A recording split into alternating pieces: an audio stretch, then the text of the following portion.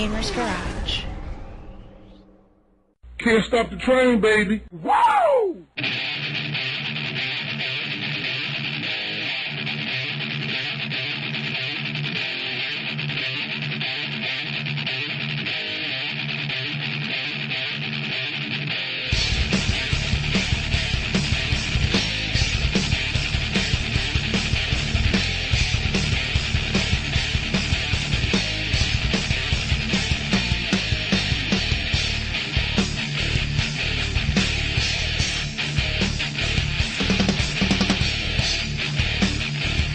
Second round of the losers bracket here. We got Jerry as always, Dakota, Justin, and myself. Great topics to talk about this week. Of course, the recap of Devastation. Jerry had an interview with Kim Rom of SteelSeries. We're going to talk a little bit about Street Fighter 4 and MLG. Lots to talk about. But let's get on to the major event that just happened from this past week, Devastation. I personally was there. Tons of amazing things happened. Now, I'll tell you what fucking happened at Devastation. We fucking kicked ass. That's what happened at Devastation. 8 players walk in, all are top 4, 4 first-place finishes, and a fucking conversation. Definitely. What else is there to know? Well, I could talk about some couple other things, but we will. But most importantly, I hear they had Oh my seats. God, that's true? it. I was actually blown away. There were enough seats for everyone in the entire venue. If you looked at the floor plan of Devastation, they got 2 huge screens that were showing the stream off of the event. So everyone, if you weren't going around actually physically watching the tournaments, you could sit down, watch the stream, get commentary for what was going on. They had an entire audience actually watching the event right there. Phenomenal. Chairs for every competitor, chairs for everybody that was watching. I was just thinking to myself, why can't more events be like this? They had it completely right. They actually had an entire retro gaming area on the side with all like old NES, Super Nintendo games that people could play. They had booths set up around the actual venue, arcade machines. There was like a Killer Instinct machine in the back for a tournament that was $5 to get in. It was pretty cool. Play and Trade was there giving out gift certificates and selling out some old rare games. That was kind of cool. They had different gaming related energy drinks and things of that nature. They were handing out free samples. Tons of supporters there, and everyone had seats. Everyone was having a good time. I can only think of a few things that could have been done differently. Like, at times I think the venue got a little bit noisy, especially for like the rhythm gamers. We couldn't actually hear the music at times because there was so much going on. I actually talked to Jedi Rob about this. He said that one of the things he plans to do with Devastation in the future is to actually kind of partition stations a little bit more so that the sound doesn't carry as much because it is in just one large room. But I don't have many complaints aside from that. I'm just saying, if VVV Active Rush had known ahead of time, we would have been there. We would have dominated Halo. But yeah, you probably would have. But I don't know. We'll know Halo... about it for the future. We had the perspective of watching from home. So, I got to watch DJ Wheat and Swoozy, and I thought Swoozy did an excellent job.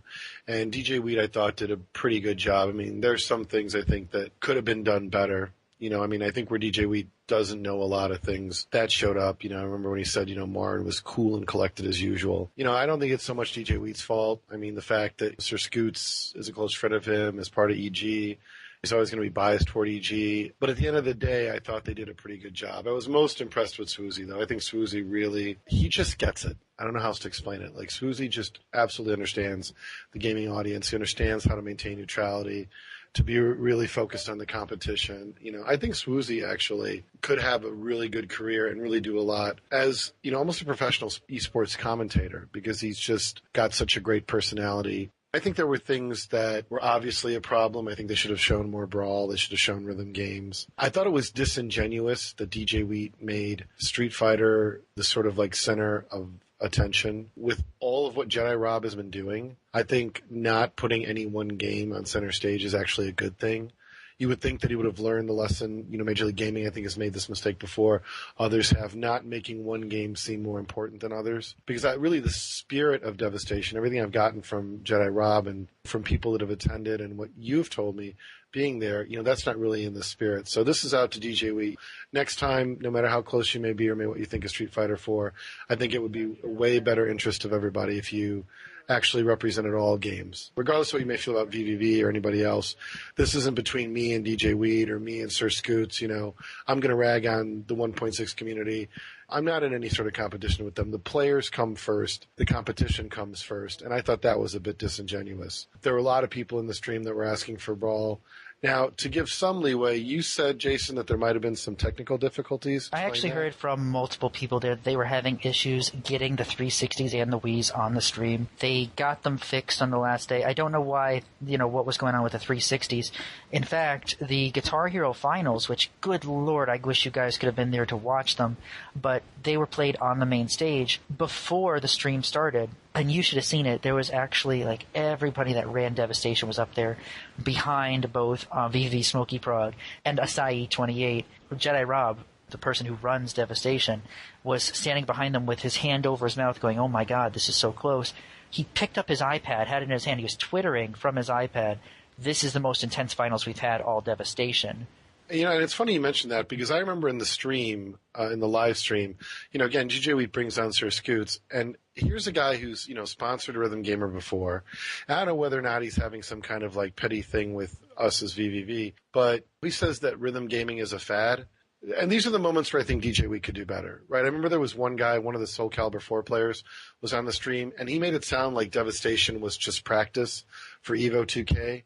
And I thought, you should screen your people better. And DJ Wheat should have he should have been aware that his job there was to promote and talk about Devastation.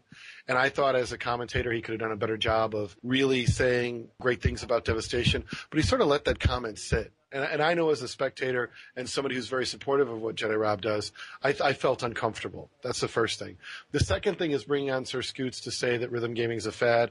I mean, I think we can all agree that Annie did great things for EG. For Sir Scoots to say that rhythm gaming is just a fad, I think that's really disingenuous. Again, this is why esports can't get a foothold in North America, because you have some old coot, who for the most part still enjoys a game that's a decade old, comes on and dismisses something that you look at the Rock Band Network, you look at Guitar Hero, you look at what rhythm gaming has done as a social game, as something where recognized players globally play it.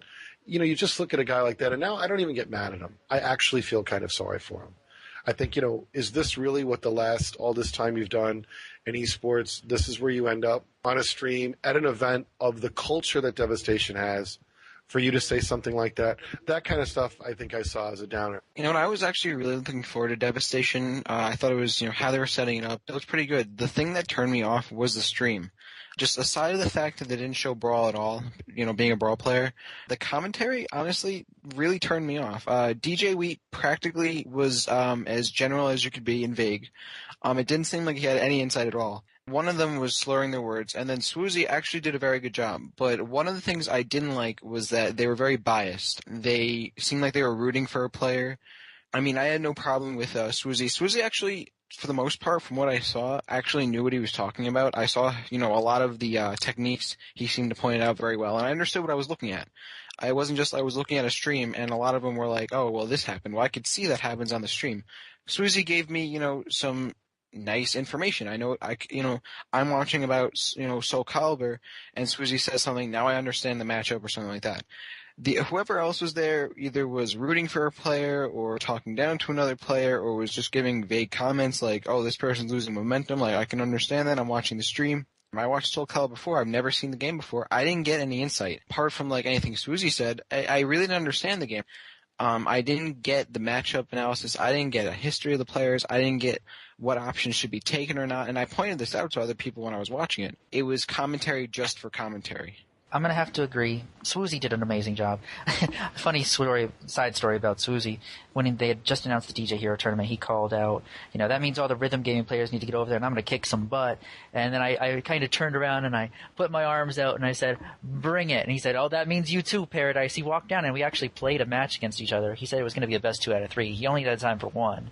But, I already beat him the one time. We need to make sure I, get some time to do that again. He lives here locally with me, so I'll have to see if we can finish out that best of 3 sometime. But I digress. One thing I will mention that I personally did not like about the stream, and quite a few of the other players that were there, Smokey Prog, Brock, Master Baller, M-Dog, they all kind of felt the same way, which was we were watching the Brawl finals. Of course, in the Brawl finals, there was VV Mewtwo King and VV Havoc fighting out for first place. And on the stream, they only referred to them as Mewtwo King or M2K and then Havoc. But as soon as Marn went up there, the EG player, the player that won Street Fighter, won Guilty Gear, won Tatsunoko versus Capcom, Every time they called him E.G. Marn, kept mentioning his connections with evil geniuses, saying things like he is the MVP undisputed of Devastation, he's the best player here, things of that nature. That seemed rather biased. Yeah, I mean, I think that's one of the things that you hit on. And I hope that this comes across as really constructive criticism. But if DJ Wheat is going to be DJ Wheat, then he's got to maintain neutrality. He has an excellent reputation. I think a lot of people respect what he does. And we're here to critique. That's what we're going to do. I mean, everybody knows that I'm going to talk shit about whatever I see. When I said Sir Scoots hijacked that show and they got all butthurt, you know what? If you can't handle the critique, if you don't like it, that's your position, right? You have a choice in how to handle critique. But yeah, I thought when you do things like that, if this is like your way to get back at us, you haven't hurt VV Gaming. You didn't hurt us. The only people you hurt at the end are the players. And you bring your professional credentials into question. That's all you do, to me. And if that's what you want to do, you're more than welcome. I mean, the community knows who they are, they know who they play for. They see the shirts. That's obvious. If you're, doing something like this and you make it that obvious, you're not hurting us. I'm just letting you know right now. If that's your big hoorah, your passive-aggressive little, stab, you're not hurting us. It's good to point those things out and let people know that we're noticing. And if this is like, we got you, yeah, you did. I was kind of disappointed with the whole thing because they said they had technical difficulties with the Xboxes and Wiis. But, sometimes you wonder, was it really technical difficulties or was there something inside where they just didn't either have time or they just didn't want to do it? They showed too much fighting, I think. I would have loved to see the Guitar Hero finals. I would have loved to see Brawl or Halo even for that matter. But they only showed fighting. I think what was great, though, was that they actually did have Swoozie on there because I think that helped out tremendously. Swoozie, he practices for this sort of thing. He's good with public speaking. I mean, he does his own personal video blogs on YouTube and stuff, so he is used to this. And not to mention, he was a professional player at fighting games. I mean, he played DOA 4 professionally, so having him on there and talking about fighting games, I think that was really good. Speaking of the Guitar Hero finals, I have to mention how incredibly epic it was, since I already mentioned how Rob was twittering about it, things of that nature. I have to give special shout-outs to both Alec Castillo, also known as Society28, and our own VV Smoking Prague, Robert Michaels. They had, in my opinion, one of the best matches I have ever personally had the chance to see. Smokey was coming out of the losers bracket. It actually was myself versus him in the 3rd/4th place matchup, which went to it was best of 5, and it went to the final song tiebreaker, and he beat me by all of 1 note at the very end. Absolutely heartbreaking, but that's beside the point. He went on, beat VVV Brock in the losers bracket finals, and went on to play Alec in the grand finals.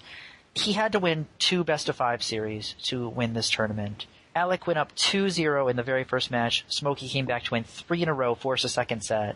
On the second set, they split the first 2 songs 1-1, split the second 2 songs 1-1, went to a 10th and final song for a tiebreaker. They played the after the credit song from Guitar Hero 5, 21st Century Schizoid Man. And at the very end, Smokey only won by about 1,000 points. Absolutely incredibly epic. Everyone was holding their mouths, gasping for air. Very fun to watch. I wish that you could have seen it on the stream. It was absolutely epic. Congratulations to both players for their incredible performance. Well, I think you should tell everybody. You had a great story about. Well, talk about meeting his parents. Alec, Kai28, wonderful. The kid is great. I've known him since last year, WCG, and if people will remember the story that I told about losing by 8 points at WCG last year, this is the same person that beat me. He absolutely has a wonderful family. What I love about this family is that they support their child through gaming. They end up taking trips together so he can go compete. They think of it as family vacation, and they do this almost as like a family activity.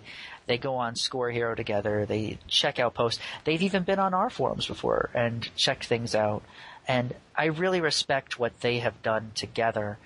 Yet again, I can't say enough good things about them. Huge shout out to the entire Castillo family. Well, I just want to add congratulations to Jedi Rob for holding a great event. To let you know, everybody that attended from VV Gaming had great things to say.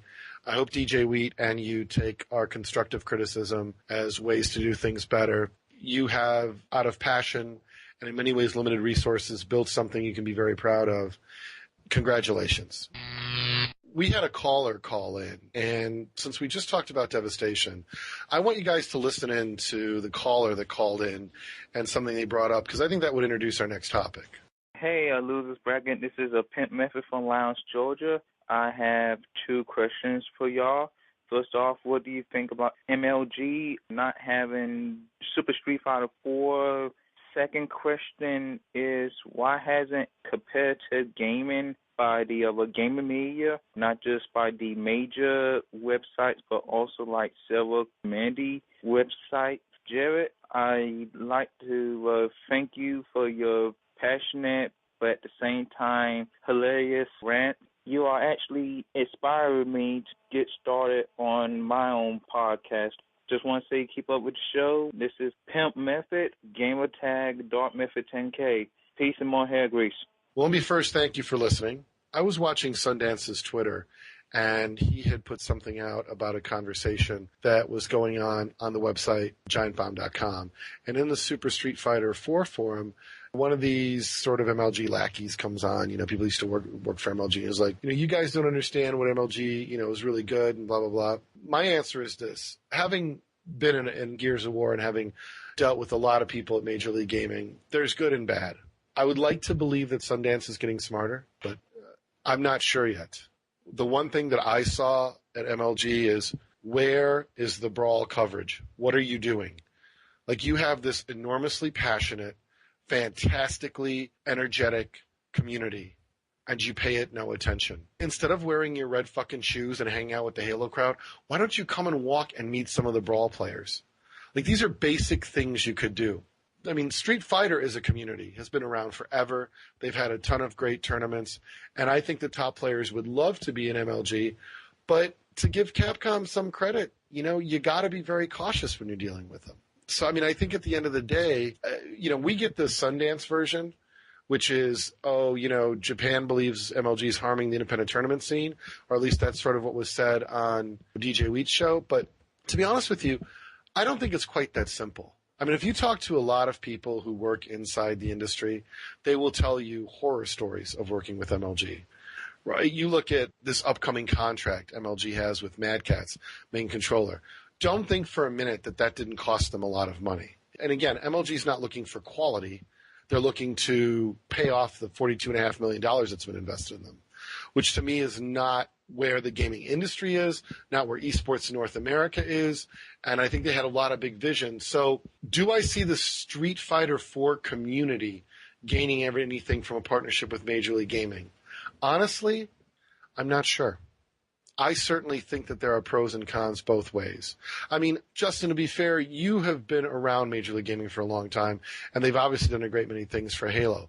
But I think at the same time, it's kind of drowned out any other kind of Halo. And maybe I should ask this, is there any other kind of Halo out there besides MLG Halo? That's going to be hard because obviously, you know, MLG is going to look at the fact that Halo Reach is coming out, so they're going to start putting more into that after. I think if they're going to try to pick up another game like, you know, Street Fighter 4 or something like that, they need to do it right. I think they're going to need to separate it and make it all equal. Like, if you're going to do a main stage like Halo, I think there needs to be one for Smash or for another shooter that they have in the future for Street Fighter. Especially like Brawl and Street Fighter, because those games are huge and they bring a huge community.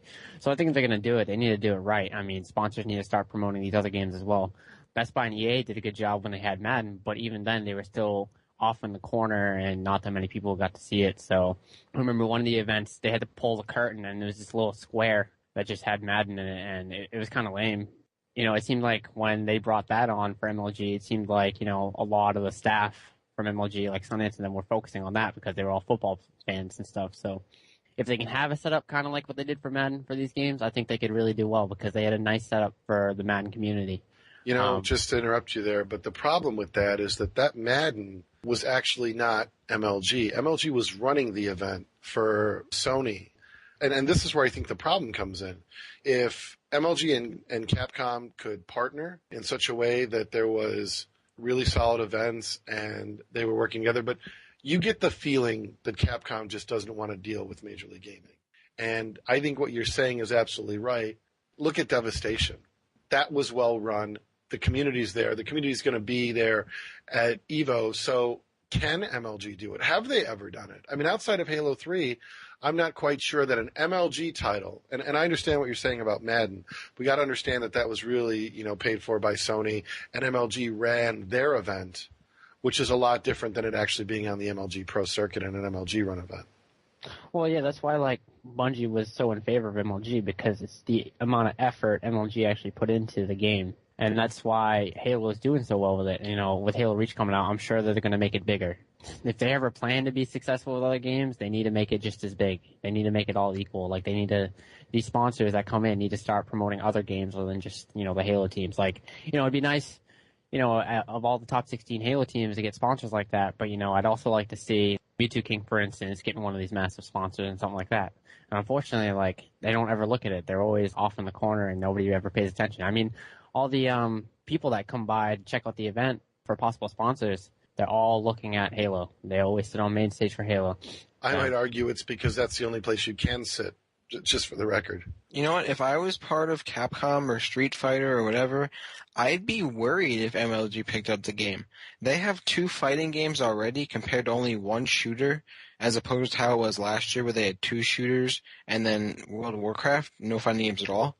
I'd be worried because they're not even doing the fighting games they have now right. And if they add another game to it, or they replace Tekken with it or Smash Bros. With it, how do we know that it's going to do any better?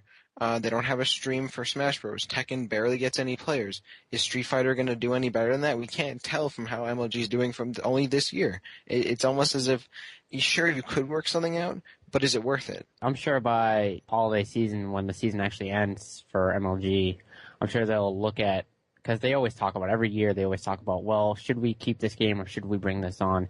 I'm sure this year they're going to really look into it because they know how this year's gone so far with combines and stuff and the attendance. So I'm sure they're really going to look into seeing what they can do about bringing more of that crowd back. Yeah, you know, but one thing I got to caution here, this is the same, and this is where the way Major League Gaming does that, they're like back-ass for parents, right? Because they make it sound like it's always the community's fault whether or not a game is successful or not. And then they're always like they have no responsibility of it.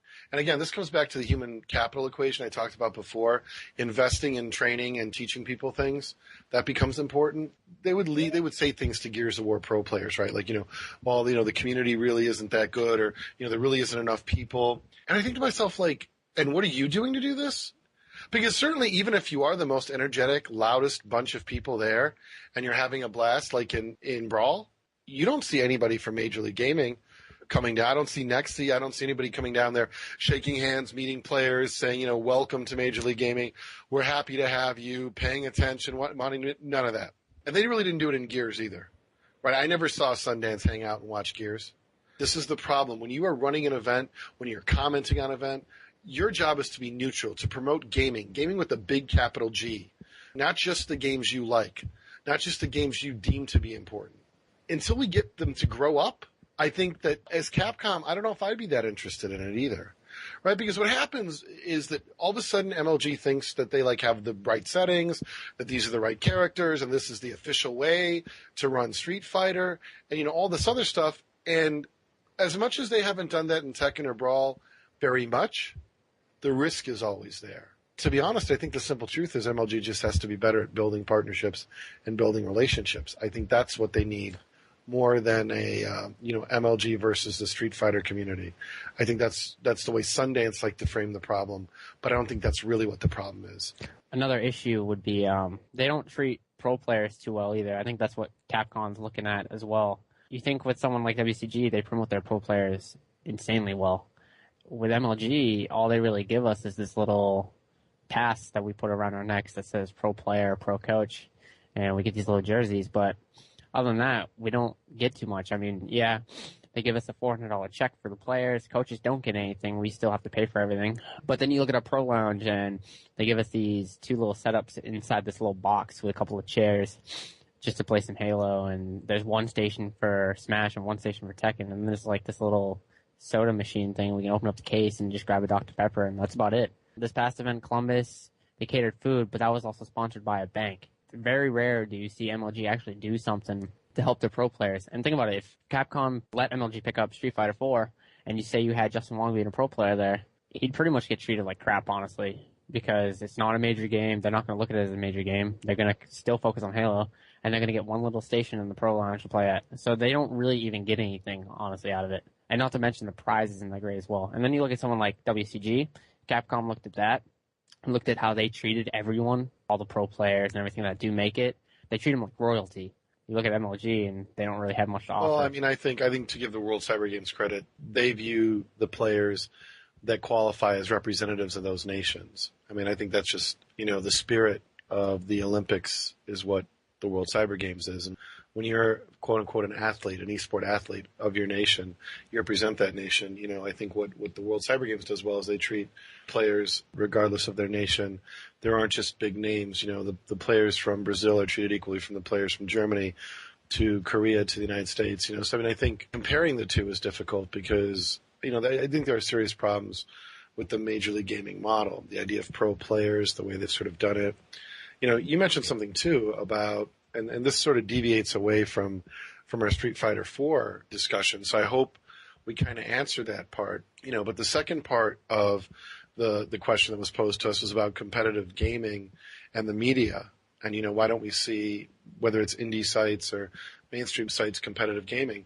And to be honest with you, one of the nice things about Tuesday going to SteelSeries headquarters and really getting to sit down and have a great conversation with Kim Ram as our chief marketing officer was that we got to talk about the business of esports a lot, about the culture, about a lot of things. And, it's awesome to see someone who kind of mirrors the things that are important to us and gets it at all levels.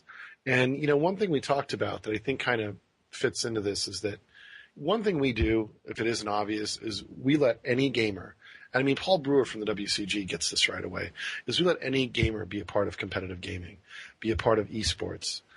And we do it in such a way that we build community first, and then we respect all games. If you're a rhythm gamer, if you're a fighter, we give a place.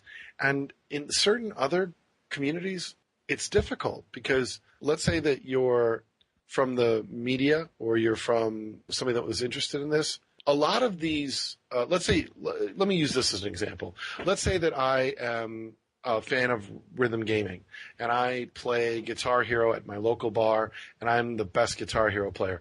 And all of a sudden I discover that there's these events like Devastation, like the World Cyber Games where I can play Guitar Hero. And I want to go in there and I want to learn more about it. You talk to a guy like Sir Scoots or he's on a show like DJ Wheat and all of a sudden he says this is just a fad. You get that elitism. And it's that elitism, I think, that hurts. And so it's a turnoff. Because when you've got, and it's how you market your competitive gamers, right? When you've got T-Squared, I dropped out of high school. Whatever you say after that, you've just turned off all the parents. No one wants to hear that. And so for all these things that are going on, you've got to understand American culture. You have to understand American values. I believe right now, the state that we are in, something you said, Jason, earlier, when you look at Devastation, places for parents to sit, places for people to come and feel like it's a summer vacation. That reminds me of Gen Con. That reminds me of Origins. That reminds me of major like board gaming and role-playing gaming conventions, often sometimes joked about. That's the place where you see families that have shirts that say families that game together, stay together. That's the kind of culture you want. But again, a lot of the people involved in gaming are passionate gamers, but they're not really smart business people. They really haven't learned how to grow it. They've sort of learned the culture of it, and then they've sort of believed that they're on top of the hill, and it's almost like they want to stay there, and they're afraid of change, or if something threatens them, they all of a sudden get nervous, and that's what hurts. So to answer that second question about competitive gaming and media, I think part of the problem is the competitive gaming culture. You're totally right. If we see a shift in the culture of competitive gaming, then perhaps there will be more media exposure. As we were talking about with like the parents and sitting down, things like that. I gave a shout out to Alec and his family earlier during the Guitar Hero finals. His family was sitting down right behind that whole gaming families that game together, stay together thing. They're cheering on his performance. And while he did end up taking second, not first, they were still there supporting him, congratulating him how good of a job he did. If we can see more of that, if we can foster a culture where families are there cheering on their players, friends are there cheering on their players, they have places to sit and actually root for their friend or son or daughter, whomever it might be, then it'll be easier to cover because nobody wants to cover an elitist pig who is saying something to the effect of, well, you're not playing my kind of game, so why are you worth covering? I think what the other thing is as well is like with the seating and the families is that, everyone talks about the Halo 3 main stage for MLG being so big, but in all reality, it's not really that big. You could maybe fit 100 people tops on there. That's pushing it. And they have this little VIP section for family and stuff for people that play on main stage, but that only holds about a good 20 people maybe. And other than that, you see about 300-400 people sitting behind the main stage watching these little maybe 30-inch flat screens. No, I just want to say I absolutely agree with you. Remember, you had asked me if I wanted to, when we were at MLG Columbus, you said, hey, do you want to sit in the VIP section? And I kind of walked over there and I looked. And one of the reasons I said no to you was because I said, you know what, the poor families that are standing there don't even get to sit down. I'm certainly not going to go over there and take a seat. Because you're right, it only holds about 20 people. And I think you hit it right on the head. It's not that big. But go ahead, please. I think they do kind of a sketchy job at promoting players. They promoted T-Squared, and the whole point was that people were getting the turnoff because he had dropped out of high school, and they were promoting that idea. And they don't do that great of a job promoting the players that are actually in college, working towards a degree and working towards a better future. It takes, outside companies to interview those players to actually realize what they're actually doing outside of gaming. I think it's tough because the only real family I see going, Pistola's family goes to every event, and they're always sitting right there cheering them on, and same with Tatsu's family. Other than that, a lot of families don't think of it as that big of a deal. They think of it kind of as a joke for, their kids to be going out to these events and doing this. But it takes the true families that really support their kids to go out and really see what the better picture is. I mean, you know what? I agree with you, but I think that it's more so not the families, but who's providing these tournaments. They don't legitimize what they do as, a gaming organization in terms of MLG. They try to legitimize, the competition, but then you look at main stage, it's just this puny little, thing is supposed to be this big competition. When I went to VGC, I saw tons of families there because everyone knew what the tournament was. They're not trying to make it something that it's not. Everyone had a great time, and they opened it for everybody. It wasn't exclusive. It wasn't, if you're good, you go here. If you're, a VIP or whatever, you got this little spot. It was open to everybody. It didn't make differences between people. It opened it up to have these opportunities to have maybe a family there or, friends and family, whatever. MLG is very individualized. It's more so about a player, being able to, try and compete for whatever the championship is rather than a community sort of thing. I think that's what another thing is. I think that's why ESPN might have lost interest is because they looked at what it was like from the outside, watching the stream and stuff like that. And, they had somebody go last year when there was actually huge crowds. And then, over this year, over the remaining of the year last year, and they just lost interest and nobody was really caring too much. It sucks because they promote players and they don't promote all their pro teams. And they're straight ripping. That's MLG's team. I think that's a huge problem because they don't, for instance, my team, we get no respect from LG at all. None whatsoever. And we have a lot of fans out there and it sucks being considered a pro team when you get treated like trash. I think that's why, certain sponsors kind of just back away because they see how it's being run. Do you think what gaming might also need is we need that really savvy players and teams like a Tiger Woods, or we need somebody who really gets it and can go out there as a top gamer and speak both to gamers and parents, as well as really set a culture from the top down. Do you think that would help us a lot? The only hope for MLG would be Walshy, honestly. He's probably the most respected gamer at MLG for Halo-related terms. And I think he'd be more like the Tiger Woods because he sees the bigger picture of everything. He's trying to help all the pro teams, all the pro players, even all the amateur players and stuff like that with his companies like Canetto. And then he's also part of Gamers Outreach Foundation. So he's trying to do more than just win a whole bunch of money and get all this fame. He wants to do more for the community as well. And I think that's what makes him so special with everyone. I don't think we're going to be able to do it with just one player, though. If you think of Tiger Woods, he's not just the only promoter of golf. There's a lot of golf, a lot of big golf players that all do the same thing. You can look at one Halo player or one Gears player or whoever and say, oh, that's a good role model, but it's only one player. And how much are they really doing to affect those people who aren't part of the competitive community to really expand it? They're not. They may do something as, a gamer that's great, but if you don't have the whole community or a large part of it doing it the same thing, trying to reach out to what isn't part of their community, you're not going to get that same effect just by having one person doing it. You have to have it as one thing that everybody does. Not to mention that if we are waiting for, I guess you could say, the Tiger Woods of gaming, remember, Tiger Woods had his flaws too. Look at what just happened with the scandal. If we only have one player that is going to be, I guess you could say, the face, who's trying to make everything change, and then something like that happens, I think it actually puts us 2 steps back instead of a step forward. What Rapture is saying is completely correct. It has to be something that the entire community changes, not just one player. Once the entire culture begins to shift, then perhaps we can see improvement. We have to have more than just one player out there. I think it's going to have to be something that's built from the ground up. Well, this brings me to my sort of what I wanted to rant about this week, and I'm really not going to rant because, when I was sick yesterday, I really don't have a lot of the energy, but I've recovered now, so I'm feeling a lot better. I really had a good time today at SteelSeries with Kim Ram, just a great, great person, sharp, knowledgeable, just a pleasure to talk to.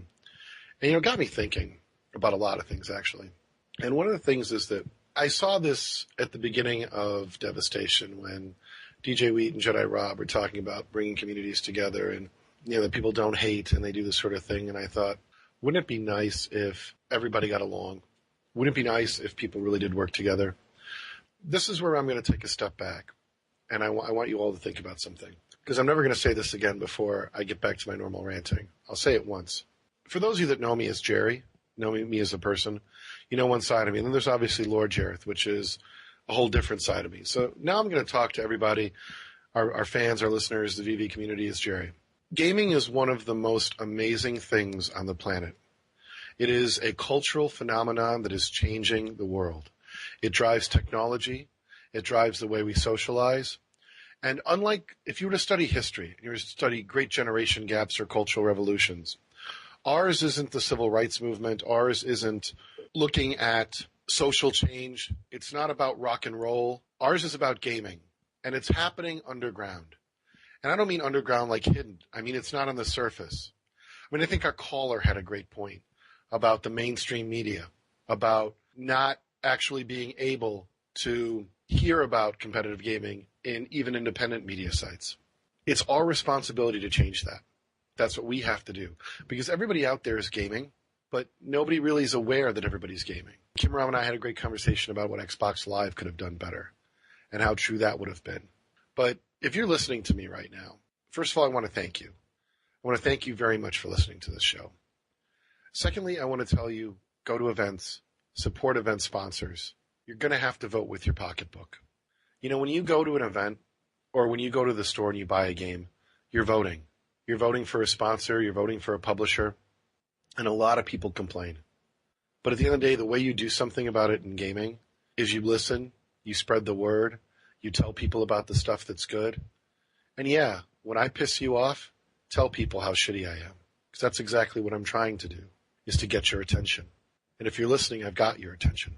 So this is what I want you to think about. When I walk into SteelSeries headquarters and I see the passion that Kim Ram has for every single component that goes into making a headset, how long it took them to get just the perfect mouse, why I love the 7G keyboard, what good went into making it. You know what that is? That's passion. That's attention to detail. That's striving for excellence. Those are the kind of partners, the kind of companies, the kind of people we want in gaming. You're the kind of audience that sponsors want in gaming because you're plugged in, you're connected. The co-hosts on this show, the people that dedicate their time to making this happen, to editing it, those are the kind of people we need in gaming. So remember, at the end of the day, every complaint or critique that comes out of this show, it's because we care enough to cry. We care enough to complain. We care enough to tell you you could have done better. And if that doesn't sit well with you, you have no place in gaming. Go away. Play games. Have fun. But if we're going to make it grow and we're going to make it better, we're going to need feedback. We're going to need to do some critiquing. None of us here can afford to swallow the Kool-Aid. I, for one, certainly won't. So all I ask you again to do as a listener is to remember that every decision you make about gaming, the sites you visit, the sites you post on, what organizations you represent, all those things matter. Take them seriously. Well, that brings us to about the end of the show. Special thanks, as always, to the Gamers Garage for hosting our show. Huge thanks to our sponsors, SteelSeries. Special thanks to Kim Rom for the interview. Control Freak, MusicSkins.com, and Custom Ink. Huge shout out to the VV community for your constant feedback and support. We love you guys. Be sure to stop over at thegamersgarage.com. There you can find out all the ways to follow us, including Facebook, MySpace, and Twitter. Make sure to check out their other shows as well. Radioactive Nerd, Gamers Garage, Just Talkin', all great listens. You can leave us feedback by calling our voicemail at 206-350-7352. Once again, that's 206-350-7352.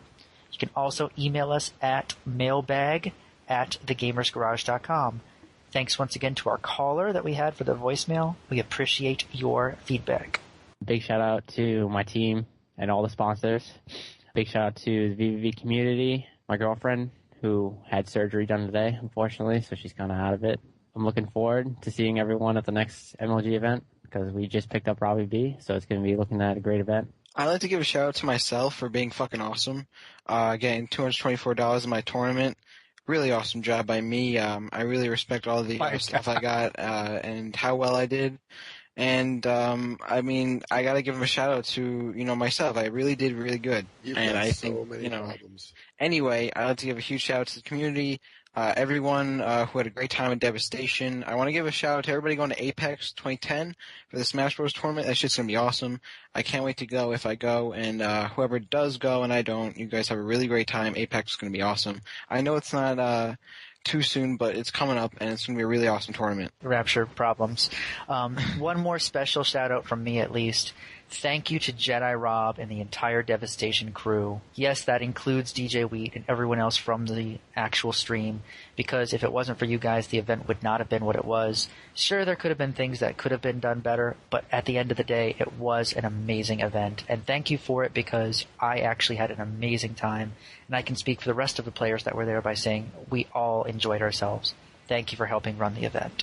Well, I want to give a big shout out to Doomhammer, who took care of the show while I was sick. I want to give a shout out to our staff. I have been like a machine lately, and you guys have been responding, and I don't know how much more I could ask of any of you. Thank you so much. I want to give a big shout out to Kim Rom and SteelSeries.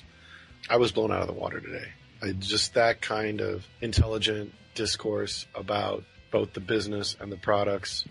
He's living proof that passion, drive for excellence, really, really can land you in a place that you so righteously fit, and I thought that was really cool. And I also want to give a shout-out to Jedi Rob, because, I was unable to attend this year, and I really didn't know how it was going to be, but I can sincerely let you know that everybody had a fantastic time, and you're doing something really right. Good job. On that note, everyone, take care. We'll be back next week with another great episode. Have a fantastic week. We'll see you then.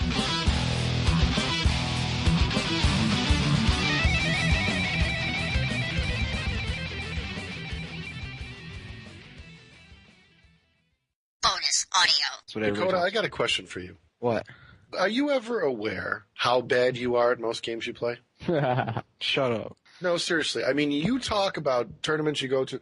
You do realize you suck, right? And you're absolutely terrible, right? Is this getting somewhere? I don't want to make you cry. I'm just saying. I just want to be clear. Like, stick to role-playing games. Stick to nice, puzzle games. Nothing competitive. I have to admit, I think Jerry's comparing you to Prodigy. Oh, God, that hurts. Well, he is in a Halo tournament coming up. Wow. You do play Pokemon, right, Dakota? Are you guys, what is this? What are we doing here? We're just, you know what? Mother Wit always says they only pick on you if they love you. No, I don't feel the love right now. I'm not feeling it. I'm feeling very not loved right now. My grandmother used to say, and it was one of her great sentences, she used to say that, you get 2 hugs from the people who kicked your ass, and the cat's going to come out of the hen house. And that were the words we always lived by.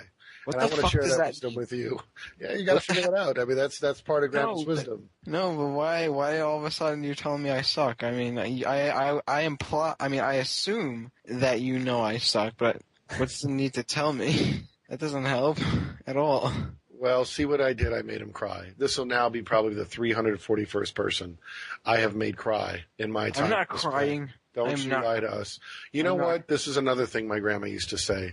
You take the napkin out of the drawer, you wipe away the tears, and no matter what you do, the faucet's always going to be running. And that's how we lived. We knew that's just what we had to deal with.